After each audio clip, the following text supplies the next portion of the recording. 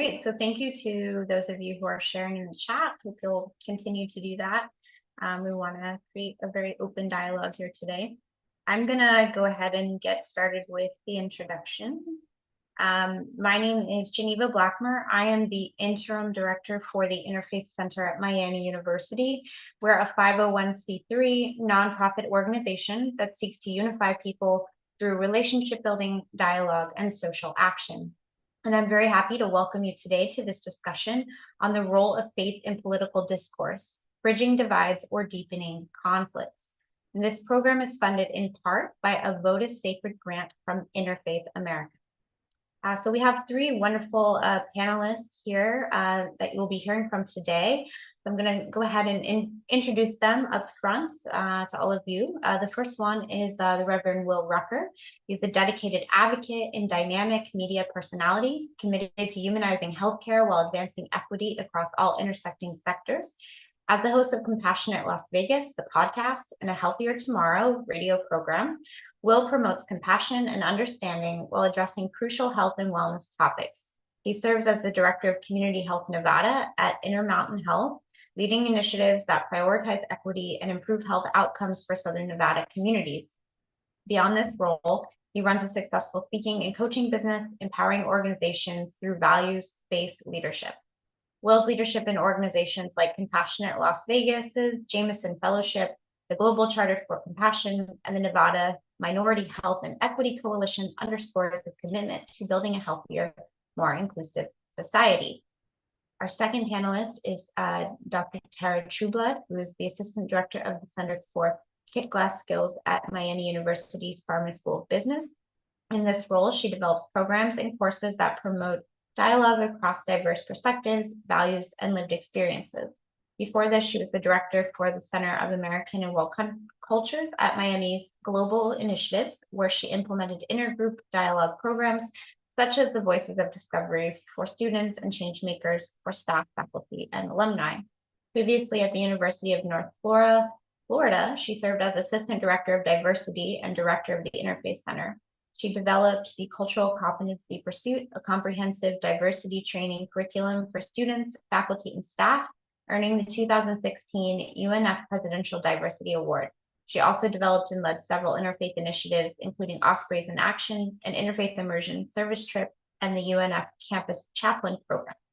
And finally, we will hear from Dr. Gary Filippozola, who is the Executive Director Emeritus of the Jacob Rader Marcus Center of the American Jewish Archives and the Edward M. Ackerman Family Distinguished Professor of the American Jewish Experience and Reform Jewish History at Hebrew Human College, Jewish Institute of Religion in Cincinnati. He has served the College Institute, where he received both his rabbinic ordination and his PhD in American Jewish History in 1991 for more than 4 decades. On May 17, 2023, President Joe Biden appointed Dr. Zola to the United States Holocaust Memorial Council, which serves as the governing board of trustees of the United States Holocaust Museum and Memorial in Washington, D.C. President Barack Obama appointed Dr. Zola on 3 separate occasions, 2011, 2014, and 2017, to serve as a member of the U.S. Commission for the Preservation of America's Heritage Abroad. Although HUCJIR presidents have received such appointments, Professor Zola is the first regular member of the College Institute's faculty to receive such presidential appointments. So I'm very honored to have all 3 of you here today, and I believe Reverend Will Rucker will kick off the conversation. So Will, I'm gonna turn it over to you. Awesome. Well, hi, everyone. This is such a great turnout. It is vote casting season, and you'll probably notice I'm a little bit fired up about this. So thank you for joining us today, and I'm looking forward to our conversation and really excited to just start with a few initial thoughts. So the question posed today is kind of an either or one, but my answer for today's program is yes. It's a resounding yes. Faith has the power to both bridge divides and deepen conflicts. Faith should bridge divides through the unifying principles it promotes and the consciousness expanding practices that allow us to see our common humanity. At its best, faith calls us to a higher plane of understanding, to embrace love and compassion and justice as common goals that transcend our differences. Through prayer, meditation, singing, the breaking of bread, shared rituals, and shared lives, we learn to connect with one another beyond the surface, seeing that we're all part of something greater. And faith should also deepen conflicts. And here's why. The contrast between what serves us and what harms us must be made ever more clear. Through the practices of contemplation, the study of scripture, and the sincere exercise of faith, we're called to confront the tensions between love and fear, justice and injustice, generosity and greed. Faith, when practiced authentically, does not allow us to ignore these distinctions. It forces us to face them head on. When I was campaigning a few years back, I got asked the question, how does your faith inform your politics? And it was really one of those gotcha moments. Well, you're a pastor, you're not supposed to infuse faith with politics. And I said, no, anyone that tells you that their faith doesn't influence how they vote isn't being honest with you or themselves. I'm reminded of the quote from Mark, which says, what does it profit a man to gain the world and lose his soul? This question from scripture speaks to the heart of today's conversation. What good is it if we accumulate wealth and power or influence, but lose our moral compass, our integrity, and most importantly, our humanity in the process? As we examine the role of influence and money in both faith and politics, we should really be aware of who and how we are. Over time, the pursuit of profit has absolutely warped the original purposes of faith and of government. In faith communities, we see how financial interests overshadow genuine service and lead to exploitation rather than care. In politics, it's no different. Money often dictates policy, favoring the few over the many.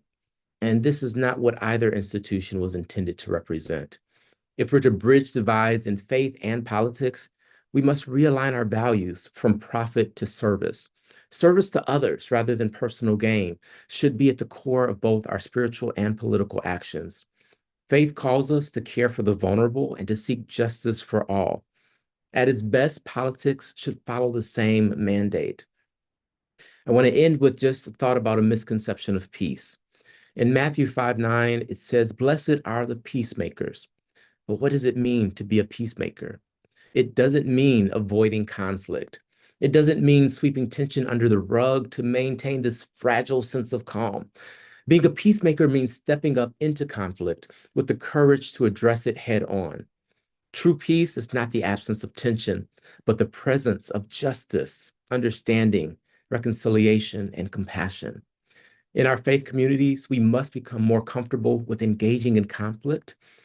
We must be able to respectfully disagree rather than shying away from it, because avoiding conflict only allows unspoken grievances to fester. And avoiding conflict is what truly divides us. And our faith should be, in fact, bringing us together. So I will turn it over to Tara. And you're on mute. Thank you. Thanks for that kickoff and the inspiration for us to really engage in this today. I appreciate that. I wanted to talk to you about how I first got started in interfaith work. I was the campus minister for the Wesley Foundation at University of California, Berkeley. And the students who showed up to my campus ministry were Muslims, atheists, and spiritual but not religious students, and maybe a United Methodist here and there. And so I had to start thinking, what am I doing as a Methodist campus minister at UC Berkeley? And I said, I have to reframe what it is that I'm doing. And so I said, I have to bring people together around common values, to have dialogue, to learn from one another, and to serve our community. Because when we come together to serve others, that really fulfills core values in all of our religious and secular traditions. One of the greatest challenges that I had was being able to include secular folks in my interfaith work. And I had to, confront the fact that, my stereotype was that secular folks weren't religious. I mean, weren't what was it? What was the word? Secular folks, didn't have any values. That was my misconception. And so I said, I need to investigate. I need to confront this belief that I have, and come to find out, there are some secular folks, atheists, agnostics, with very deep values and ones that I share. And so I started reframing how I was talking so that it was interfaith and secular dialogue with folks. So by the time I got to University of North Florida, about a third of my students were atheist, agnostic, unaffiliated. And I started, educating the campus at University of North Florida around the fact that about a third of our college-age folks are atheist, agnostic, and unaffiliated. And they said, "Oh, not here in the South. We're Christian." And so I was involved already with Interfaith Youth Corps, which is now Interfaith America, and they had done all kinds of research. And then the Pew Institute had done research. And we found that on our campus, we had 1/3 secular, atheist, agnostic, unaffiliated students. So we were no exception to this national rule. So what this led me to do is to really get involved. And I noticed that there were other identities that were not being addressed in the interfaith engagement, like race, ethnicity, and sex, gender, those type of things. So I started broadening my approach and looking at those intersections of things. And so the next job that I had was at Miami University of Ohio, directing the Center for sorry, a little nervous here. Center for American and World Cultures. And so I actually got to address all those things. And that's when I started diving into intergroup dialogue. And that is really framing my work now. I do interfaith dialogue. I did it at the center, and now at Farmer School of Business for the Center of Kick Last Skill. So what is really, I think, important right now is that addressing this polarization is something that we all need to do in our own communities. But we can't just go out and help the other people and dialogue with the others until we have some skills for dialoguing. And so that's what I like to equip the students that come to my center with, is actually some skills in how to dialogue across difference in respectful ways that don't polarize even further. So the Interfaith America has a great resource. It's called Faith and Elections Playbook. And I'll be referring to a number of things in this book, and it's a free resource, and it updates as things change in the country. So I will turn it over now to Dr. Gary Zola. Thank you very much, Dr. Trueblood and Reverend Rucker. Thank you very much. It's a pleasure and an honor to be together with you, and also all those who've joined us this morning, this afternoon. So, but I guess it's morning in some of the places where I see people have joined us from chat. So I'm going to, since, I think all of us on this call have had the dubious honor of speaking last, and therefore those who come last often find that what they thought they were going to say was already covered. And so I'm going to reinforce something that the Reverend said, and also Dr. Trueblood. First, I want to begin by agreeing with Reverend Rucker that my answer to the question that is posed is, as the Reverend put it, a resounding yes. I would sort of modify my answer by saying that history really teaches us, and we can go back to the most ancient texts of all of the traditions, that conflict and harmony go hand in hand with the human experience. And so we see that. I'm primarily, I'm a complicated fellow because I'm a historian, but it is true that I'm an ordained rabbi, and I hope no one will hold that against me. And people often incorrectly say, well, history repeats itself. History really does not repeat itself. It's better to say that history rhymes. What always is changing, of course, is the context in which events take place. What always stays the same, what never changes, is, of course, the human behavior. So love is love in 2024, just as it was 3,000 years ago. Hate is hate, just as it is today. It was the same thousands of years ago. Greed, envy, all of these things are part of the human DNA, and they express themselves differently in different contexts. But this is why it seems like, as Henry Ford once famously put it, history is the same damn thing over and over again.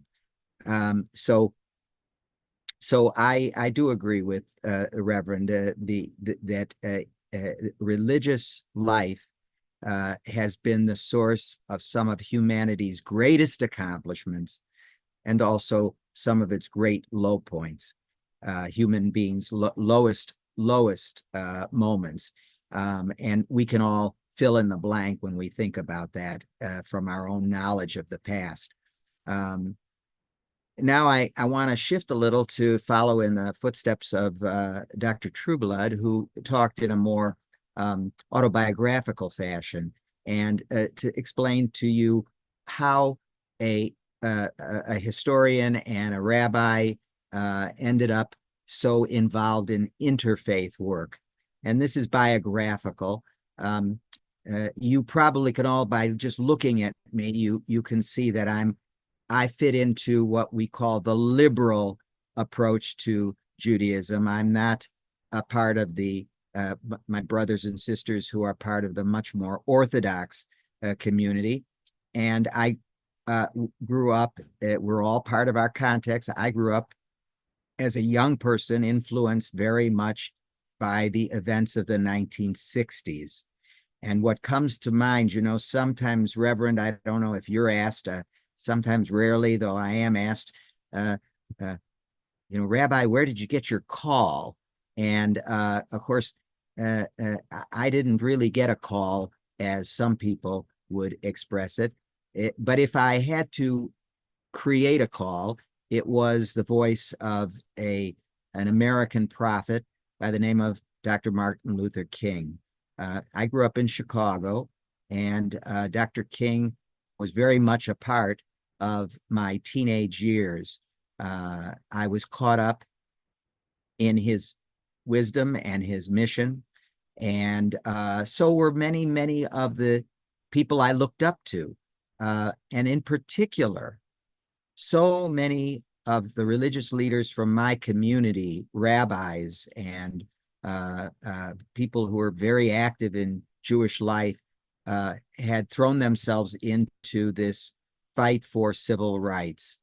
And it was a dawning recognition, something that as a young person I had never even thought of, that religion, all religion, but in particular my religion, had something to offer the American nation, that there was something about my Jewish heritage that could contribute to the betterment of life in America. And watching Dr. King, who of course we all know was a man of religious ideals and a knowledgeable scholar, and I saw so many of the religious leaders from my community marching along with him, both literally and figuratively. That was a source of inspiration for me. And so I would say that one reason, an important reason, that I entered the rabbinate was for the purpose of pursuing these models that were laid out before me when I was a teenager. And so whatever I was doing, I always wanted to be involved in the community. I always wanted to be involved in the betterment of society, and in particular in cross religious and in interfaith and interracial dialogue, following in the model that was set for me as a young person, or at least that inspired me. And I'll end by saying I'm certain that I could have written many more books on the American Jewish experience had I not been quite so active in the community over all these years. But I think that that's okay. Sometimes we have to write our books on the hearts of our fellow human beings. And so some of my books may be written in that fashion. And I'm very much looking forward to questions and to interchanges together with my fellow panelists here this afternoon and this morning. So thank you. Also, well, I'm so appreciative of what you both shared, and it brings up so much more for me. I'm excited to kind of dive into the subject a little bit. Um, to talk about the call, I think is really important. In my experience, I didn't intend to do anything that I ended up doing. Um, Interfaith was something I didn't have terminology for growing up, but in high school, I actually started a gospel choir and I went to an international school. So we had people from Asia and Africa and Europe and some of all different assorted faiths that joined this gospel choir because of the sound, not necessarily because of the content. And what I found was individuals who participated really had a meaningful, moving experience and connected in a spiritual way based on their shared humanity. And I think if there's a way to expand that into the political space where we actually kind of discard this notion of pie where it's only so much that we can get, but really recognizing we are interconnected and the better each of us does, the better all of us do. I think we can get some things shaken and moving. So just kind of curious thoughts from others on that. Well, I'll jump in. I agree with what you're saying.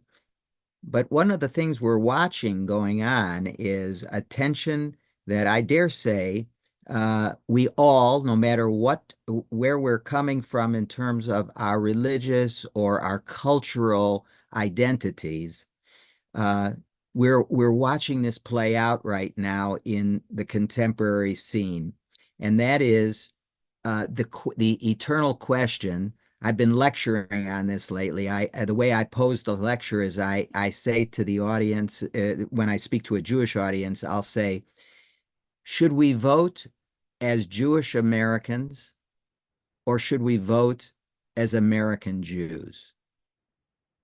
And of course, what I'm playing on here is the which is the noun and which is the adjective. In other words, what's the core? And don't think of this example parochially, because if we turn on the news, we know that every single community is doing the very same thing right now. Should I vote with issues that really pertain to me as a Black man, a Black woman? Should I vote with what's on my mind primarily as a person of religion, and what my values are, on certain religious ideals, as a person who is Latino or Hispanic, are these issues? And we're all weighing this tension, which I thought you, Reverend, really nailed in your opening sentence when you said, the answer is a resounding yes. That in other words, we think about it. If all we think about is, what my own perspective is when I walk into the ballot box, that's one thing. If we're able to think about what goes on beyond me, I mean, think about, when we're posed, all of us, with a question about taxation, and we see, well, it's for the people who are mentally challenged, and we're providing resources for them in our community. That's right then and there is where we have to ask the question, well, on the one hand, do I want to keep more in my pocket for myself, or do I want to think about someone else? This is an important question, and I think it pertains to all of us as people who are people of faith. We have to make a balance, I think, between what's important to us and our values, but also to have room for humanity.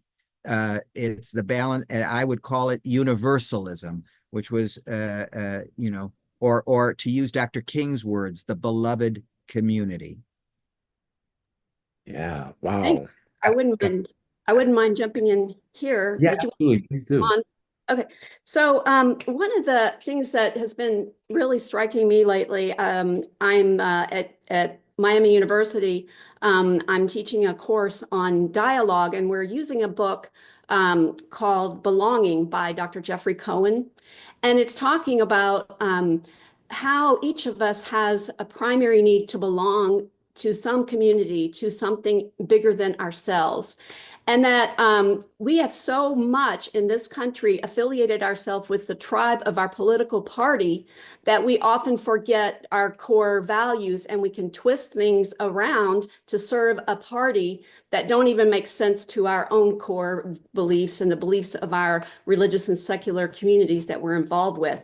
So when we think about this belonging, and we think about this polarization that we're experiencing, one of the things that Interfaith America talks about is directly addressing this polarization. And as I was talking before, you can't go out and try to talk to people that you disagree with in another political party or affiliation before you've actually done your homework. So talked in your own faith and secular communities about differences that you have. And so you learn to elevate the conflicts that that Will was talking about, to elevate the conflicts and to explore them. In a dialogue, you can explore these conflicts. In a discussion, you might raise them, but you don't go deeply into them. So to actually talk about those, and then to build your skill level and your conflict, your trust in your skills to be able to talk to people who are different. And so responding by talking to people who are different, to host dialogues with people in your community, because we do have these shared values around democracy and around belonging, this sense of belonging. So there are many resources in the playbook that I talked to you about, Faith and Elections Playbook. So I wanted to give you a chance to jump back in here before I go on. Well, I wanted to hear from you actually a little bit more, Dr. Trueblood. There is a profound fear of a one world government that permeates many faith communities. And it's fascinating for me because we are a global society through social media, and we've really recognized how connected one event on one side of the world interrupts our toilet paper on the other side, those sort of things. So what are your thoughts around why there's this apprehension, why we choose tribalism over connectedness? I think we're trying to be connected in our tribes. I think that is the goal, but we're not taking our values with us. So that's what I was talking about, is to connect with our tribe when actually we're not as connected as we think we are, because we're not bringing our full selves into the connection. So when we bring our full selves into that connection, then we can talk even with our own tribe about things that we disagree around. so that we can actually strengthen our own views and beliefs and commitments, and other folks can too, because we don't learn when we're comfortable. We learn when we lean into our learning zone, respectful of our danger zone when we get overstimulated or get too far away from where we can handle something, just knowing that about ourselves. But leaning into our learning zone and exploring the ways that we disagree helps everyone rise. Mhm. And Dr. Zola, what are your thoughts? Well, I think that society, look, let's start this way. Um, we should all recognize that the American experience is very unusual and very unique, Mhm. because in almost every other part of the world, President Biden speaks about this, the idea. I mean, I'm not talking in perfection here. I'm now talking about aspiration, but aspirationally, everybody and from every religious tradition in America is on equal footing. And that, at least aspirationally, is how it should be. And that's what we should be working for. And that's very different than other places in the world where the government and religion is one and the same. And even in democracies, and I'll illustrate this point. If any of you watched the coronation of of King Charles, which is Britain is a democracy, but the coronation took place in a church. Those religious leaders who were not able to go into the church, that included religious leaders from the Islamic community and the Jewish community and others, they sat sort of towards the exit of the church and greeted the king as he departed, if you watched all that. So we have to remember that in America, we have a very unusual situation in that by the creation of the republic, we all should, at least theoretically, and that's what we're working to, equal footing under the law. It doesn't matter. I often say to various communities, we have to try to really understand that Christianity may be the religion of the majority of Americans. That's a fact. Most Americans are Christians, but that doesn't make America a Christian nation. Because if it makes America a Christian nation, where do I stand? I go back 5 generations in America. So what am I leading to is that there's this symbiotic relationship. To answer your question, Reverend, there's a symbiotic relationship between the world of religion in America and American society, and we influence each other. So to talk specifically about your question relating to um, um, partisanship and tribalism. In my classes on the American Jewish experience, I always used to teach the students, and I'd say, if it's happening in America, it's happening in the American Jewish community. And this idea that the church or the synagogue or the mosque is, somehow a little bubble that sort of is protecting us. We live in a sort of special dimension because we are with a community that's like-minded and so forth. That's just an imaginary. That's illusory. The fact is, there's constant in and out. We walk in and out of our religious community and our general society. We go to a baseball game and we're with everybody in America. We're cheering the same team or we're against the same team. And then we then walk into a community of like-minded religious thinkers or of cultural heritage, or however we want to put it. And so there's a constant back and forth. And therefore, and I'll stop with this, what we're really facing is that in this case, the influence of American political system has made religious life, intra-religious life, even more siloed and partisan. Let me again illustrate with the Jewish community. It's basically, we say that about 75% of the American Jewish community, it tends to vote with the Democratic Party. 25%, which is a growing number, it votes with the Republican Party. But here's the complication. Of that 25%, 80% of the Orthodox community, Jewish community, votes for that particular party, whereas 80 to 85% of the liberal Jewish community votes for the other side. So what does that create? It creates tension and silo even within the Jewish community. Now, I dare say, because I'm watching TV just like you are and I'm watching the news, I see this happening with every community. The African-American community, we're hearing a lot about that in the news, the Hispanic community, and I trust other religions too, even with the evangelical community. So it's affecting us. Forgive me for droning on a little too long on that answer, but I had something to say.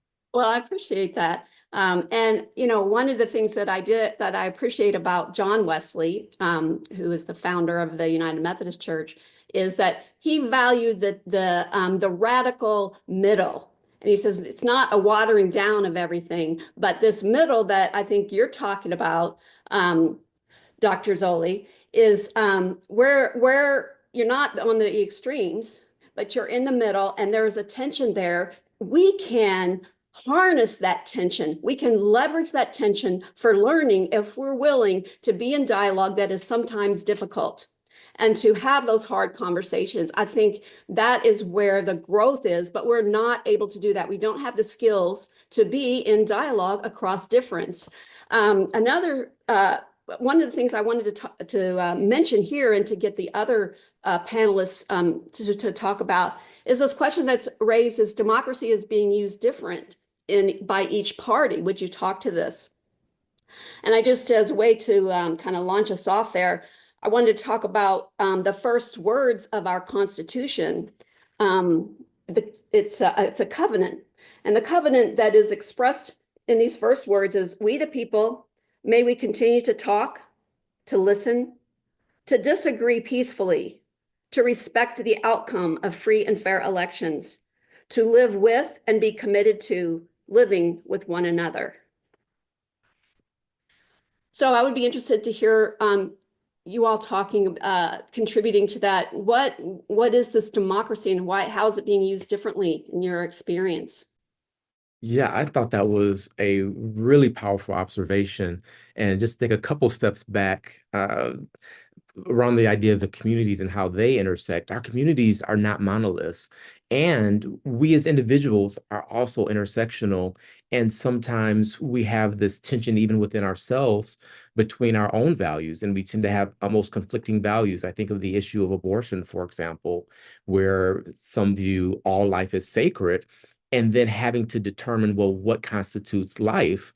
And the clump of cells is treated more reverently than trees and the oceans and the mountains and rivers. But that's life, and that's more demonstrable as life. So we have these conflicting values even as individuals. I'm also not a huge fan of the idea of the middle. I do like the term radical middle because right now that is kind of a radical thing. I'm not a fan because in practice, as someone who's a multiple minority, it means nothing changes for me. It means my rights are still not at the table. Like there's so many issues with kind of, because what I hear with the middle is status quo, but I do love it for conversation. And then, okay, so to get the actual question in, I do think democracy has really become like a contested space.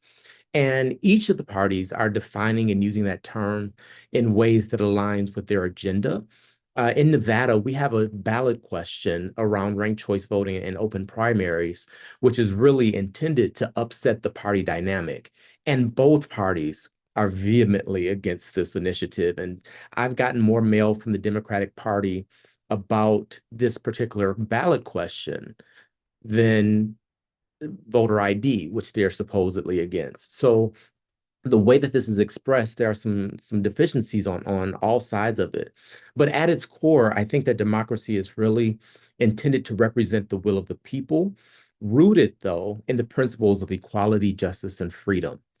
But when democracy is framed through the lens of the party politics, we lose sight of those foundational principles. So what we're seeing today is really not just a struggle over who holds the power, but over what the definition of democracy itself should even be. Some think that democracy is majority rule. So, however many votes, that's what wins. And others think about protecting minority rights. And both of these are vital for a healthy democracy. But when one side is only focused on majority rule and the other is focused on protecting minority voices, it creates division instead of like this dialogue and balance that we're talking about here. And that's why I think faith communities are really well positioned and have a unique role to play here. Because if we go back to the values at the heart of faith, values like compassion, values like justice, values like service, then faith communities can help shift the conversation. And instead of letting the political agenda define democracy, we can advocate for a democracy that reflects those higher principles and one that honors the dignity and rights of all people. So when we see democracy being used differently by each party, and let's also just recognize there are multiple parties, though none are truly viable at a federal level, there are a ton of parties, and independent is also an option, or nonpartisan is an option. But it's important to remember our role, especially in faith and political discord, is to elevate the conversation beyond party lines. It's about ensuring that democracy serves everyone, especially those who are marginalized or left behind. And if we focus on service, focus on justice, we can guide that conversation back to what democracy is truly meant to be, a system that lifts everyone up, not just the powerful or well-connected. I won't get into electoral college because I don't want to take too much space here. I won't get into senators being two per state and what that does. But I will say, I think the aspiration or intent behind those systems was to do this balance that we were talking about here. So I'll pause there. Well, boy, that was really a rich, that was a very stimulating contribution, Reverend. One of my students delivered a sermon on the High Holy Days that relates to what you were saying. Some of you, I'm now dating myself again. It shows you how courageous I am. Some of you may remember there was a song back in 1972 by a rock group, and the chorus went, there are clowns on the right and jokers on the left, right? And I'm stuck in the middle with you, right? And you made me think of this because I don't have quite such a negative view of the middle, because I think what you were just advocating, in a sense, is this middle way, the balance. I hear what you're saying, Reverend, and I relate to it. In other words, middle can be, gradualism to the point where you don't make any progress, and I'm alert to that. On the other hand, in order to do what you were calling for, what you were appealing to, is in other words, who are those who really are the defenders of minority rights, meaning the idea that majority rules in America, but not always. There are certain things that cannot be tampered with, because the Constitution, at least as long as we have a Constitution, says you can't vote away freedom of religion, right? Because it's in the Constitution. And so who are the people who really defend these minority rights is typically, almost always, is the smallest groups, right? The minorities, because that's their thing. And who are the ones who are often saying, well, we're the majority. This, this is our country, right? We occupy the largest space. That often is people who feel that they are in the largest number and therefore are entitled to have things go their way. And you called for a balance between these two, and I agree with you. To me, that's what that song means. That's how I'm doing a play on that, homiletics on that. I want to be stuck in the middle. I want to preserve minority rights, but I also, we want to live in a place where people get to vote for the people they want to vote for, and hopefully, there's a place for majority rule. So I thought your comments were very rich. In my tradition, the ancient sages were really big fans of moderation, Reverend. They were frightened. Perhaps it's because of the Jewish experience in the world, but which was always lachrymose, always being in minority. So the sages were always cautioning, don't go to the extremes. Don't go to the extremes. Extremes are dangerous. And I'd urge everyone on this call after we're done, go take a look at George Washington's farewell address. In 1796. Read it. He says, if we get to the point where he basically says if we get to the point where we are today in 2024, our country will be in jeopardy. Meaning he comes out and speaks against if our own personal interests are more important than the whole. If we can't think beyond our nose. I'm paraphrasing him, but that's basically his message. Yeah.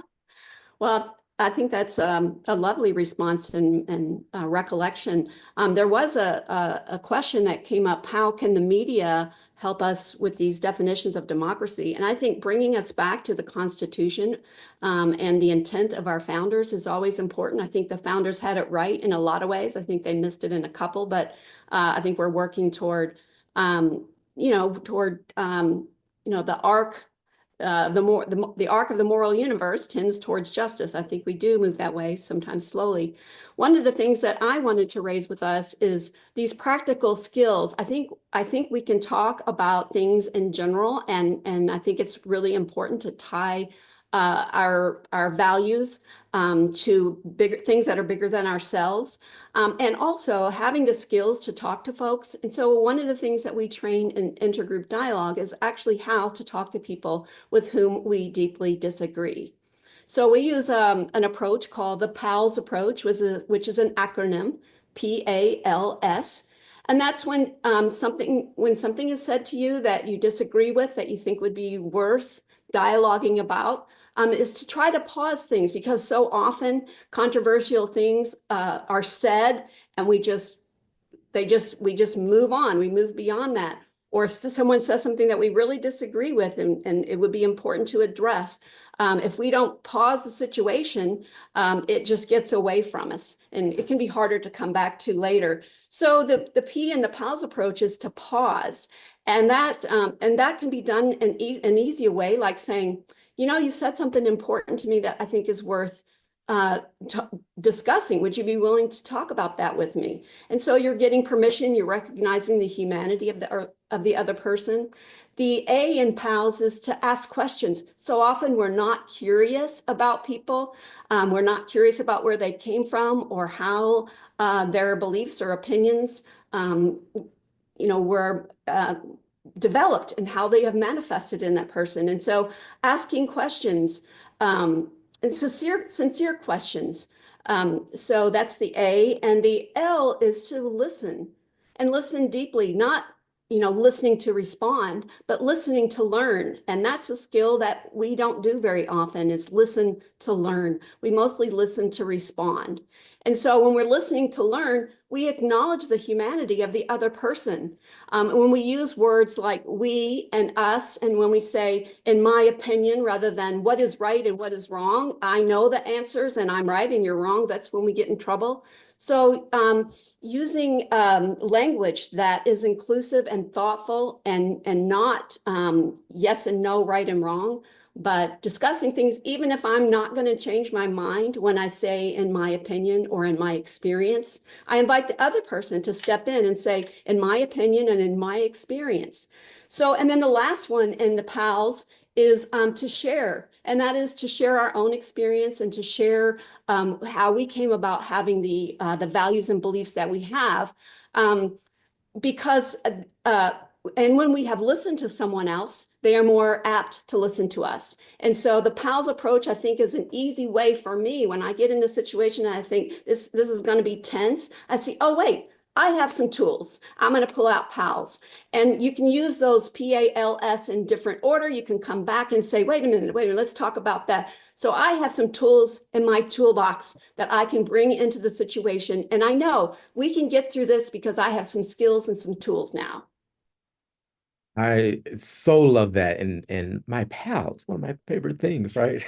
Again, I think that's an amazing tool, and one that I like to leverage is from improv. It's the yes and principle, and you always yes doesn't mean agreement. It doesn't mean I think you're right. It's yes, I've heard you. So it's kind of similar along that pals line. And something else in improv that I think is really helpful is to take the spirit of making your partner look good and recognizing even when we're disagreeing, we're still in a relationship, we're still in partnership. So I want to make you look good along the way, even if we have differing perspectives. So how can I yes and this, and how can I make you look good as part of this conversation? Making you look good means I'm not demonizing you or making your statements different from what they actually are, or not understanding the intent or the spirit of what you're sharing, even if you don't use good words. You know, that's important, I think. And to the question about how can the media be helpful, I think this is part of that yes and to this conversation here. Both parties are not the same. The Republican Party and the Democratic Party are not operating from the same playbook based on the same rules or values. They are simply, at this point in time, they are not the same markedly. This was not true, even, I would say, even as short as 15, 20 years ago. There was much more balance between the two, and you had differing views on how to accomplish things, but the fundamentals were similar. So I think we must be honest and objective as we are being fair and balanced. The news is supposed to be fair and balanced. That's why I'm throwing that in. And I would also add the media's responsibility, I think, is to distinguish between journalism and commentary. And a lot of times those two are conflated. But what happens when folks become emotional, you have that emotional reactivity, the brain quite literally turns off. And people aren't thinking rationally. They're not using the executive function. They're not engaging in compassion because they're literally not capable at that moment because of the emotional state. And so sometimes that pause that you indicate is not just pausing in the moment.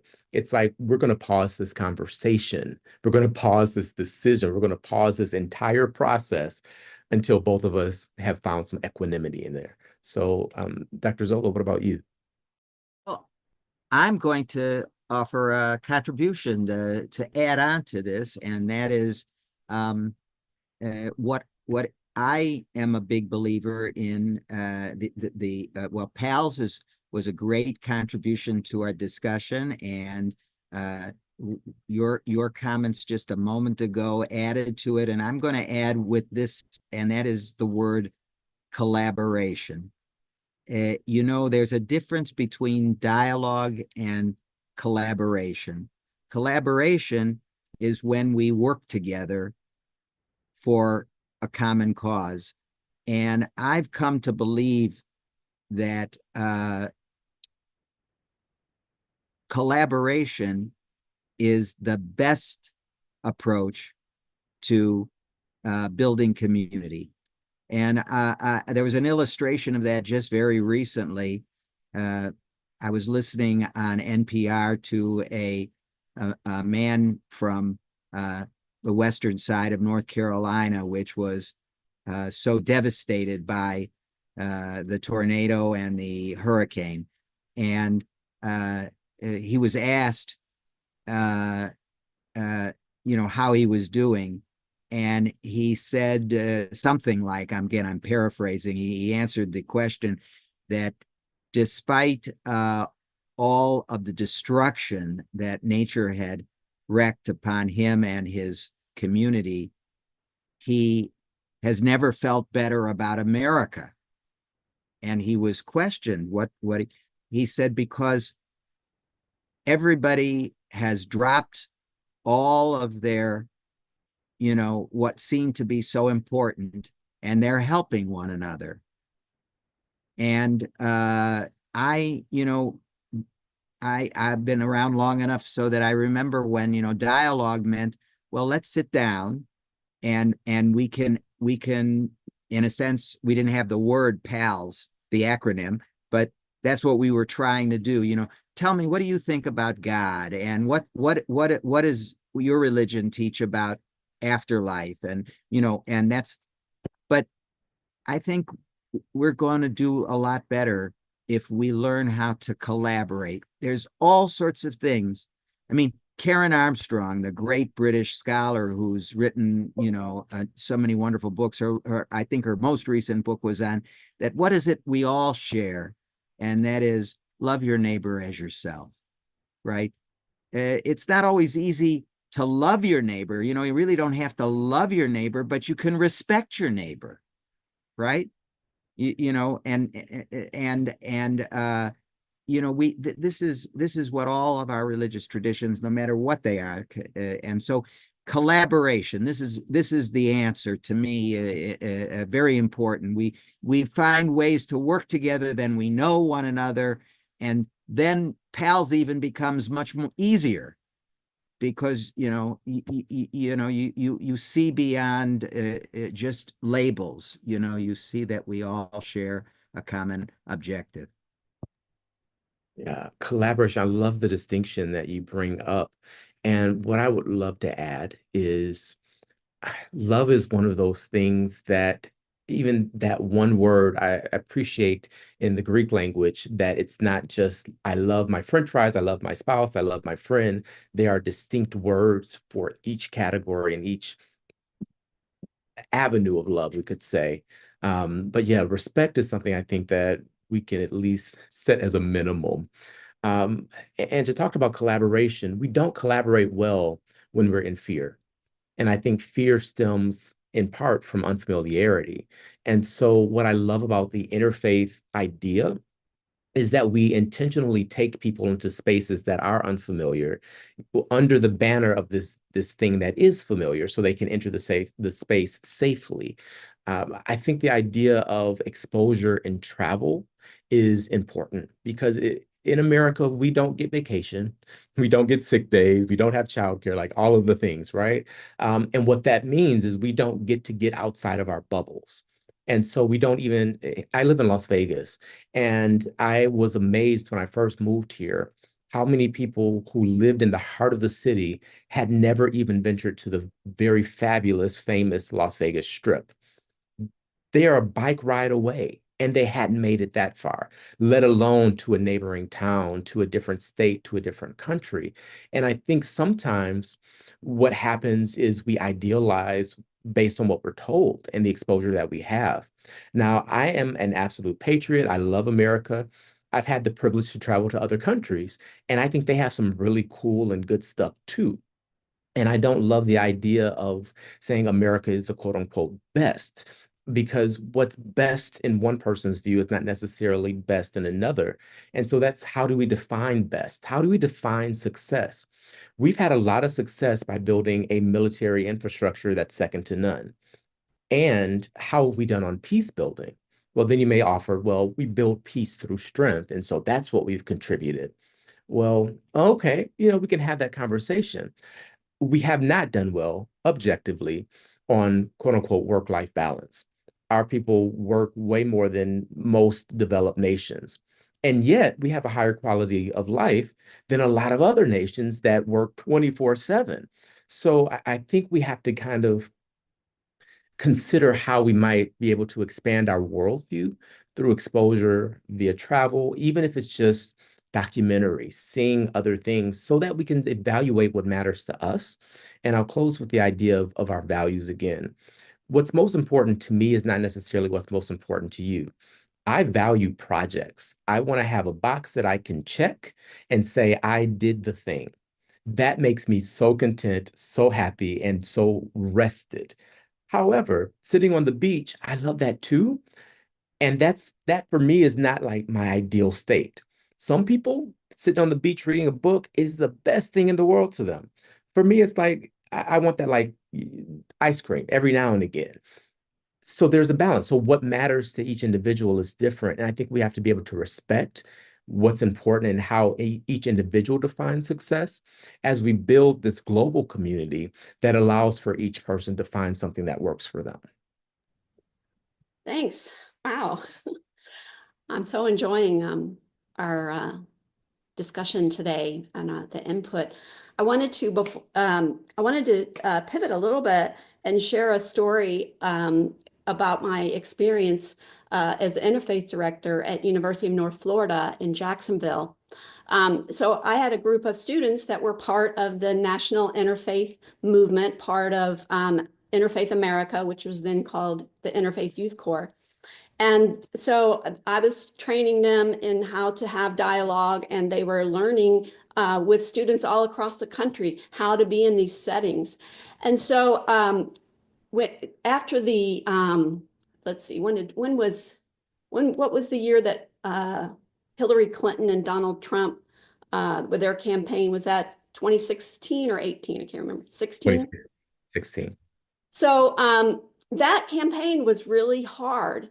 And the students at University of North Florida were telling us, you know, this is really hard. We have to talk about this. And I'm going, how are we going to talk about this? How can we do this? And I tell you, the students were so capable and so competent. I said, okay, you want to hold a campus-wide discussion that's rooted in dialogue. So we go deeper. How are you going to frame that in a way that it's going to work? And they came up with the question that they wanted to address after the election happened. They said, how are we feeling after this election? Not what is your political view, not anything else. How are you feeling? And we had a pretty evenly divided group of students who came from, you know, the Donald Trump and the Hillary Clinton camps. And we sat in a circle, a huge room, and we let each person address the question, how do you feel? And the students who wanted to start, there were 3 women who were all Trump supporters, and they said, we'll start here. And they said, I had to vote for Donald Trump because of my Christian values. I have to do everything I can to stop abortion because it's against my deepest core value. And so the other students who were there could hear this and the second student who's talked said, I hate that people think I'm a racist. I hate that, but I still have to stick to this core value around abortion. When we got around the room to the other side, the students started speaking up, and it was students of color saying, I feel like my life itself is being threatened. And I think that was the first time that those students had heard each other really talk about where they were coming from. And you could feel the tension drain out of that room as the people there started recognizing the humanity of one another right in the wake of this deep conflict and division and hurt. It was an incredible experience, and I was so proud of my students who led that whole thing. I did not say a thing at that circle. I didn't say a thing. And I think these kind of positive stories can help us gain the confidence that we need to actually affect real difference in our communities. It's not just talk, it's about doing the work. I want to go deeper in that because those circles are so powerful. I use them as a tool in the corporate environment, in faith circles, and when people are forced to listen, it makes such a difference. And hearing things they wouldn't have ordinarily heard in a just traditional conversation. I think facilitators, and I use like a talking stick or something to kind of help. One of the exercises I love is using a literal picture frame and be like, look, just talk about your own picture. And no one can judge it because it's yours, and it's invisible. So, but to your point about those kind of single issue voters and single issue folks, I think if we dive underneath the initial layer, we'll find a greater value that is really guiding that single issue.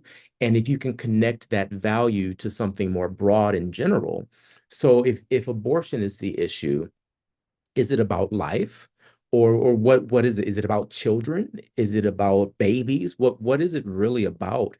And I think underneath it, for most folks, there is that faith component where it gets almost back to that self-preservation of, I don't want to go to hell. And if I vote for this candidate, I'm doing something that's going to send me to hell. So getting them outside of their own personal self-interest, which no one ever, I shouldn't say no one, but typically we don't experience folks just coming out and saying it that directly. But when you peel back the layers, that's what it gets to. So my question kind of for both of you, because we're running out of time here, how do we penetrate that layer of that very core instinct and need of humans for survival?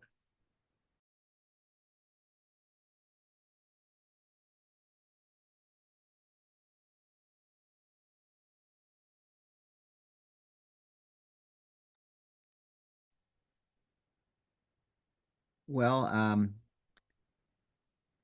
I'll offer a story that I like very much to it, which I hope is at least an adequate response to your important question, Reverend. Um, some of the more senior people on this call will remember uh, a comedian who used to be on TV long time ago, 30, 40 years ago, is long deceased, by the name of Sam Levinson. Levinson was a popular comedian in his day, and he was a Spanish teacher, and his parents were immigrants who came to America from Eastern Europe. And part of his jokes that his stand-up routine is he would talk a lot about his immigrant parents, and people would laugh a lot about their with difficulty adjusting to life in America because they were newcomers. And he told a story about his father that I remember very clearly. He said, Sam Levinson said, when my father came to America from Eastern Europe, he believed that the streets of America were paved with gold. But when he got to America, my father discovered three things. First, the streets of America were not paved with gold. Second, the streets of America weren't paved. And third, my father was the one who was supposed to do the paving. And I like this story because it really is a good message. We have a golden vision of what our country should be, but we really know that, first of all, it's not golden. We want it to be, and we dream of it that way. We have a vision of it, but it's not that way. And we also have to recognize the streets aren't paved. There's, as you've pointed out so many times today, Reverend, there's a real gap between the aspiration and the reality. But how are we going to get to that golden state is only together. We all have to do the paving. And that's been sort of my motto. And we have to overcome this is the work each and every human being has to do. We must overcome the instinct to focus only on ourselves. And this is really at the core of what all religious traditions call us to do. I think everybody on this call at least is somewhat familiar with the great American rabbi who marched along with Dr. King, Abraham Joshua Heschel. And, he said famously in his book, God in Search of Man, he said, religion begins with a consciousness that something is asked of us. And we all have that in common. And if we call ourselves people of faith, then that faith has to lift us beyond ourselves and help to pave the roads. I think that's a fantastic place to leave our conversation. But I want to make sure, Dr. Trueblood, if you have something you want to close with as well, then we'll turn it over to Eva. I just wanted to add a tiny footnote to what Dr. Zola said, and that is the secular humanist movement has a set of core values, and it's very similar to some of our faith values. So I just wanted to give a plug for secular humanists. Beautiful. And I just want to say, let's be loved together. Let that be our aspiration. Eva, take us home. Thank you all so much for this wonderful and enriching conversation, and to all of the participants here today. I do want to let you know that the discussion was recorded, and so I will send that out to everyone who registered as well if you want to revisit. But just thank you all so much. This was wonderful, and thank you again to Interfaith America for sponsoring this program with the Vote a Sacred grant. So I hope that you all enjoy the rest of your day, morning, afternoon, evening, wherever you are in the world. Thank you, everyone.